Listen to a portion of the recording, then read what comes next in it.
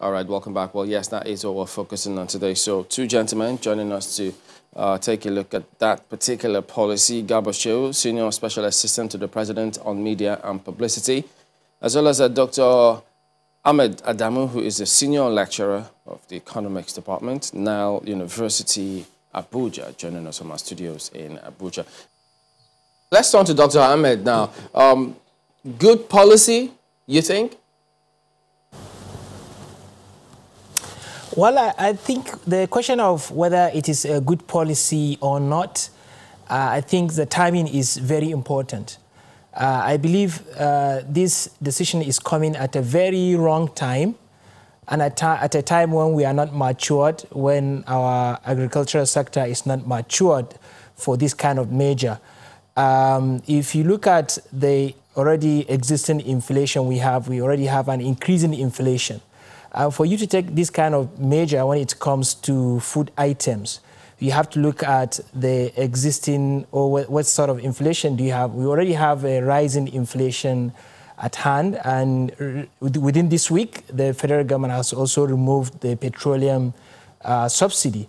And these are triggers for hyperinflation. So the timing is very critical. And this is happening at a time when Nigerians are not ready to actually boycott foreign food items because of their addiction or their attraction to foreign food items.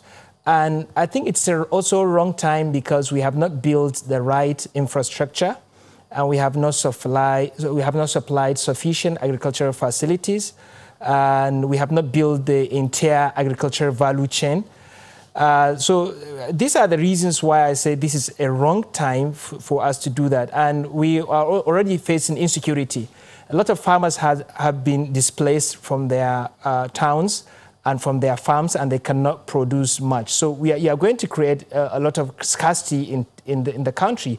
And now you are also discouraging cheaper importation from foreign products. So the only option most people will have is to tap into the comparative advantage from other countries. And that's how we have an open economy between countries where countries that are facing crises and scarcities can leverage on other countries' comparative advantage. So we are not matured, and we have not fulfilled the conditions required for this kind of restrictions. Even though this is the prerogative of the president, it's a fiscal policy, of course, because the directives is coming from the government. And the condition is for you to do this kind of restrictions on food items at a time like this, you have to actually provide the enabling environment. You have to make sure that the local food items are available in enough quantity and of the desired quality and at a competitive price. And now we are seeing a high rise of food items, price of food items in the country. And this measure is going to increase the prices of food items further. And at a time when we just coming out from coronavirus lockdown and insecurities around the country, and you are removing fuel subsidy, and now you are denying forex to people that are importing relatively cheaper product or better products from outside the country, actually it's not helpful. I believe the timing is important rather than the question of whether it is a good decision or not. And I believe the government has actually failed to protect the value of Naira. And that's why we found ourselves in this kind of difficulty, whether we need to subsidize importation by giving forex or not. If Naira has been protected, the value of Naira is actually attractive, the government will not have to worry whether who she's giving a forex or not. But the idea is now Naira is actually lost its value drastically in the hand of this government. So actually Nigerians should not be punished for the failure of the CBN and the fiscal policy makers to protect the Naira. And I believe the decision that this government is taking is actually a recipe for hyperinflation. There are 5 things that happened recently. First, we just come out from COVID-19 lockdown, insecurity around the country, and then dollar hike. You know, we've seen the value of Naira deteriorating, meaning that you have to pay more Naira to acquire a unit of of foreign currency, let's say dollar. Right. We also Dr. face Adamu, insecurity. And you now, have raised... you are now removing forex subsidy? Yeah, you have raised a lot of issues, and we'll try to unwind them. But Dr. Adamu has raised a lot of issues. He has said we fail to protect our naira, and he says Nigerians should not be punished for the failure of the government, of course, through the CBN. And he's raised several issues, really. And regarding this particular policy, he's thinking that now is not the time. And he particularly said that the conditions, the measures that were meant to have been put in place were not met before this policy came, into place. So basically, there is a need. There is a demand that the supply is not meeting. And he thinks that maybe now is a time to step back and say, well, for now, let us put this on hold. Okay, let me ask, just one moment, Mr. Joe. Let me ask Dr. Adamu, about this issue. So, well, you're talking about the timing, and of course, a number of people might agree with you, but then some also might disagree, about whether or not it's the right time or not, because as you heard him say, there is perhaps the problem of when is the right time. Okay, so here we are now. Let's kind of move on. What responsibility do you see here for states? Of course, the federal government can only, talk to, the aggregates, the businesses, perform some fiscal stuff that they can. But then the responsibility of how these things get done have to be in partnership with the states. Just yesterday, we were having that conversation. Well, we had that news report where the DG of NISA said that we'll have some challenge on our hands if we do not find a way to deal with flooding, because that can also, in a way, affect our food production. Is there anything we can do now? It's not that we didn't know that there was going to be flooding. He's been making that noise since December of last year, that we should do something to ensure that we do not have a food crisis on our hands because of the volume of rains that will happen this year. So here we are now. What do you think the states can do to forestall a food crisis occasioned by flooding? Well, when you talk about flooding, it's a natural thing. It's natural disaster. It's beyond human control, even though we can take measures to mitigate that. But I would like to take the angle of what the government can do to mitigate the food crisis. I mentioned insecurity. For example, Katsina State, where I come from, I know there are millions of people that have been displaced from their local areas, from their towns, from their farms, and they can no longer farm. And now we have drought in northeastern part of this country. So these are factors that actually I believe is a failure of government to ensure security, and that is why we are going to have food crisis. And largely, when he's asking about the right time is when the government will strategically sit down and ask itself, why do people prefer foreign food items? Why? Because consumers are rational all the time. They know why they go for foreign food items. Maybe, is it because of quality? Is it because of quantity? Is it because of price? Now, instead of you to enforce it, to force Nigerians to buying things they are not ready to buy, why wouldn't you make them become attracted, or the local products becoming attracted to the Nigerians by enhancing its quality, quantity, and ensuring there's competitive price for our local food items? So these are the things that we need to set in place before we even enforce people, because this actually is an aggressive measure, if I will say, because we live in a liberal economy where people have freedom to choose what they want to choose from. But there are other failures from the side of government that we don't want to be punished for their own failure. And so that's the number one thing we need to do. And the right time is when you provide the right subsidy and support to local producers, so that even it's going to be more lucrative for people that have the money to produce within Nigeria than to even import from outside. And we have not seen the effect of that so much. And the right time is when you build the right infrastructure and provide the modern facilities and equipment for mechanized farming. We are still at the traditional farming system. We still use our labor, we still use the hoe, we still go and use natural fertilizer. And we are still at like 30 years back. So we have not built the right infrastructures for us to say we are now discouraging importation of food items from other countries that have comparative advantage. And we are saying that we want to produce all food items we want. Dr. Adamu, just one moment. Maybe concentrate on the ones that we have better comparative advantage. Yeah, but I'm asking what the responsibility of the states, I mean the state government, what can they do? If we are going to do what the federal government is talking about in the economic sustainability plan, pull 5 million people, provide 5 million jobs through agriculture, it has to be in partnership with the state governments. Are there, from where you stand, from your own observation and economically speaking now, are there plans that you can see that can make that happen, especially in partnership with the states? Well, states have limited powers in this perspective, in this issue, because state government cannot control what is being imported.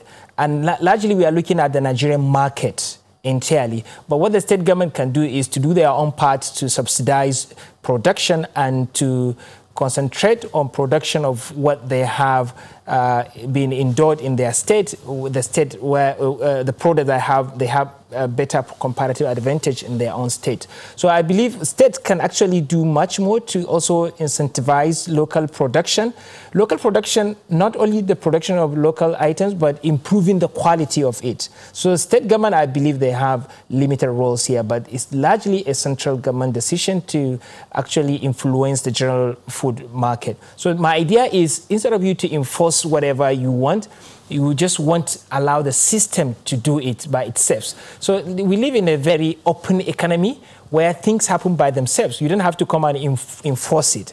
So that's my own idea about this issue. So the state government actually have limited roles here. All right, let's take it back to Adamu. Well, he thinks that, yes, some of those considerations, this decision wasn't taken, well, without consideration to those other factors that, other than the cases of smuggling, which worsens the scenario, makes the cost of the local ones, well, they make the smuggled ones a lot cheaper, so people can resort to that. But when you say the right time, will there ever really be a right time to take these decisions? Yes, there is going to be a right time. It depends on the right action that the government is taking. You know, when this government came in the beginning, what they did was to close the borders, especially the land borders. And for almost 6 years now into this administration, what that resulted into was food price hike, and it seems to be on the rise again. So the economy is already heating.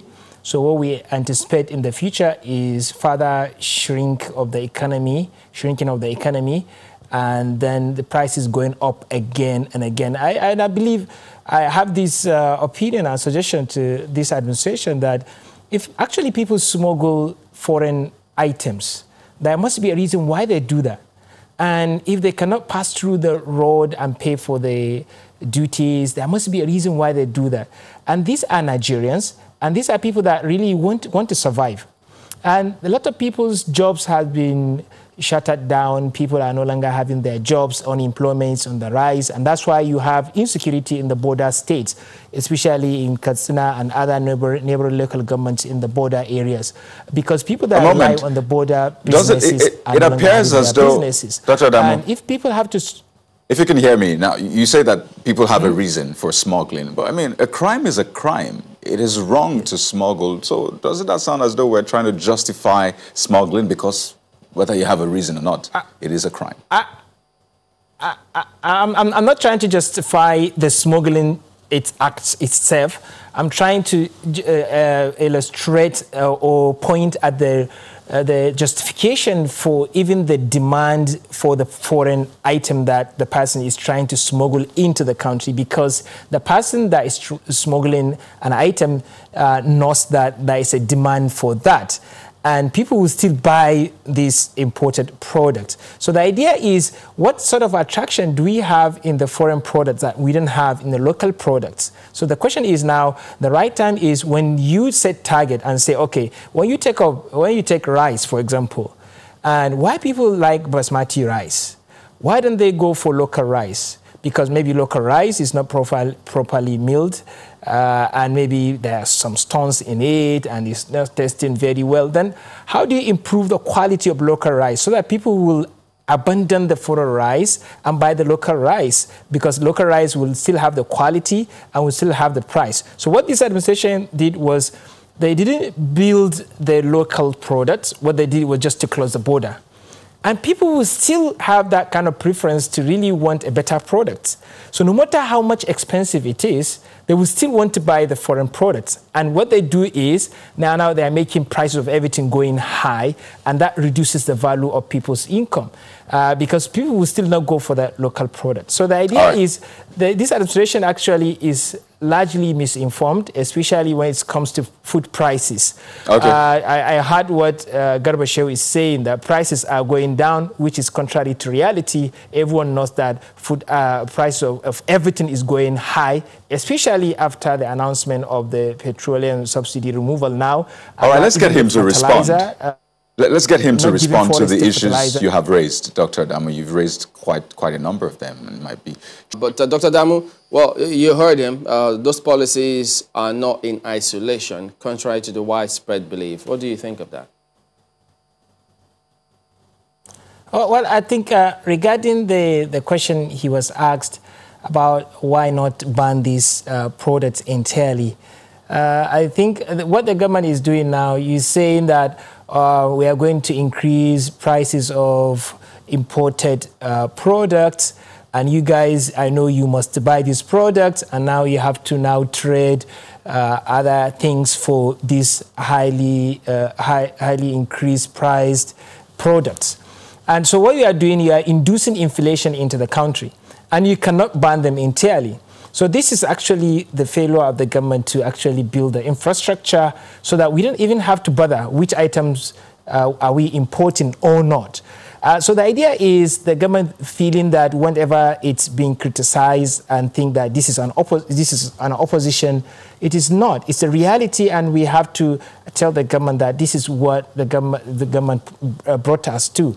And there are better ways we can actually do these things. And I believe the issue of border issue he mentioned, where arms and drugs are being imported through the land borders, actually this is also a failure of the government. If you fail to checkmate the importation of these illegal products, you should not punish other people that are also importing the legal products. So now what you are doing, you are now closing the border entirely and depriving people of benefit that the land border provides. So what you are doing now, you are reaching the rich people that can afford to import through via the sea borders. And now this administration has been shouting about agricultural policies, agricultural revolution. And we recently saw a circular from the customs saying that there are some people that are allowed to import maize into the country. And it amazed me to see under this agricultural revolution, we still import a common maize into the country. And we still import a lot of things, food items we eat. All right, we thank both of you, Mr. Garba Shehu, Senior Special Assistant to the President on Media and Publicity, as well as Dr. Amadou Damu, Senior Lecturer at Now University, Abuja. Thank you both for talking to us today.